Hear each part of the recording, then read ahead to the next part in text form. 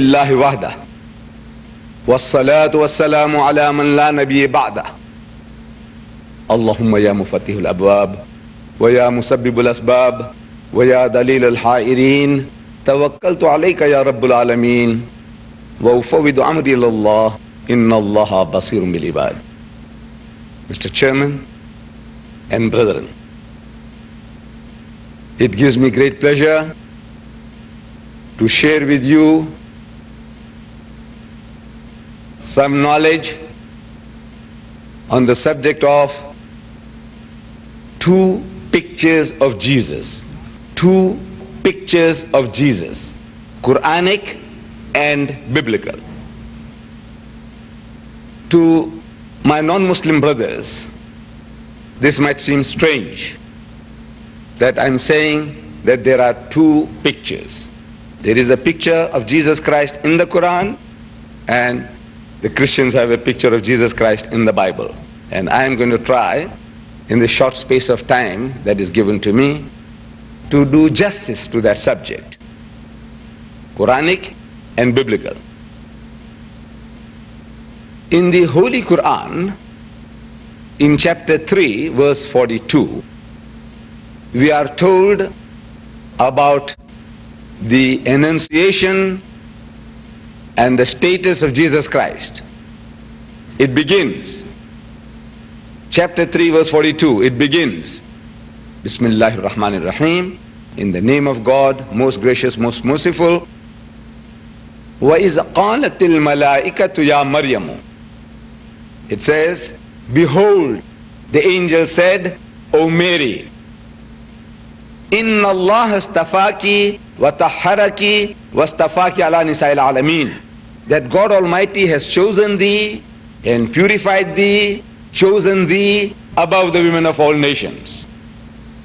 Ya Maryam uqnuti li rabbiki wasjudi warka'i ma'ar raqi'in. So, O Mary, worship thy Lord devoutly. Prostrate thyself and bow down in prayer with those who bow down. ذَلِكَ مِنْ أَنْبَاءِ الْغَيْبِ نُوحِيهِ إِلَيْكَ. That this is part of the tidings of the things unseen which we reveal unto thee, O Apostle, by inspiration.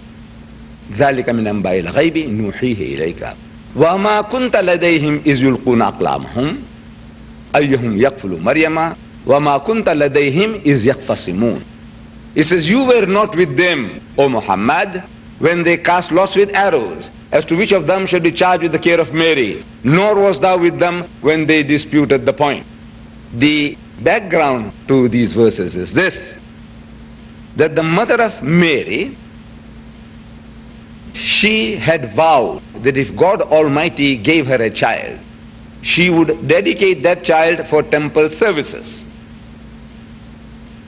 feeling and believing that God Almighty will grant her a son, yearning for a son, a male issue.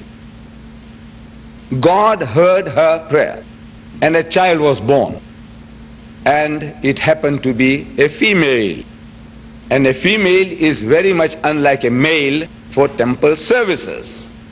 She was disappointed, naturally. But according to her vow, as soon as the child grew up to be big enough to look after herself, she takes this child to the temple of Jerusalem, offering this child's services to the people who were serving God. And when these people saw this child, this beautiful child, everybody was clamoring to be the godfather of this child. You know, it's a Western connotation. Godfather means somebody who will look after the child as a guardian. People were clamoring, the priests were clamoring. So they said, now the way to solve this problem is everybody wants to own the child, Mary. So they started casting lots, like head or tail. You know, we do head or tail. You toss the coin. So they casted lots according to the practice of the time, and it came to the turn of Zechariah that he was the fortunate person to be the godfather to this child. And there was a dispute, as always in things of this nature. You know, when you throw the dice, and if the dice falls for 6, they say, no, you cheated. You know, we do that. This is human nature. And there was a dispute about the throwing of the dice. So God Almighty reminds Muhammad, and in other ways informing us, that how do you know all these things, O Muhammad? How did this knowledge come to you? You were not there when they cast lots with arrows, nor were you there when they disputed the point. Where did this knowledge come to you from? So God Almighty assures him and is assuring us that this is from himself. This knowledge is given to him by God. But our Christian brethren, they would say, no, this is not from God. This is Muhammad's own creation. This is his own concoction, the Quran. See, because they do not believe in this revelation. They say that the Bible is the last and final revelation of God, though it doesn't say so. The Muslim claims that the Quran is the last will and testament of God. There is a dispute, and we try to settle that dispute, with regards to the Bible. This Monday just gone by, Monday the 3rd, in Baton Rouge, a debate took place between myself and Brother Jimmy Swaggart, one of the most prominent evangelists in the Western world today. He appears on more than 700 TV commercial stations, and as he says himself in his own book, is thousands of cable channels. He is the most prominent in Christendom today. An amazing personality, charming people, him and his wife. I met them both and I love them dearly.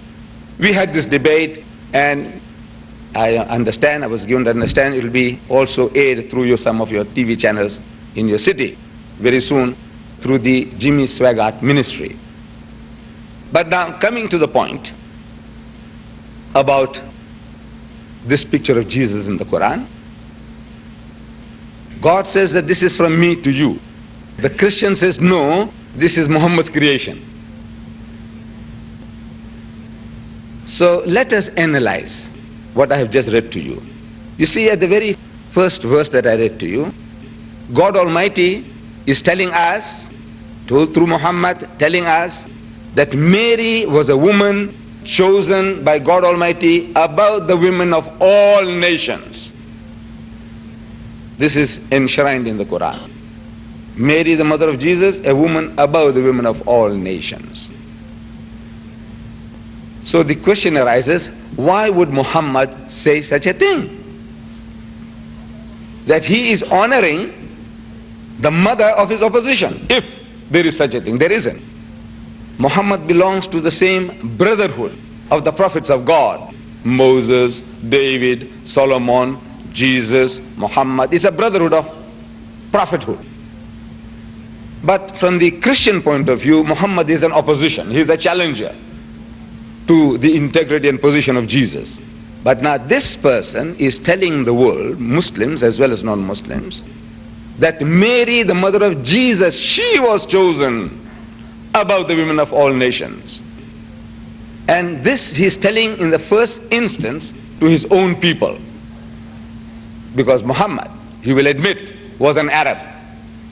He was not an Indian. I'm an Indian, of Indian extraction. I come from South Africa. We have some Sudanese brethren from Africa. We have some Malay brethren from Indonesia, Malaysia. He wasn't speaking to them. He was speaking to his own people, the Arabs. And he was telling them that not an Arab woman, not his own mother or his wife or his daughter was chosen above the women of all nations, but Mary, the mother of Jesus, the mother of his opposition. I'm asking people, the missionaries, please account for that.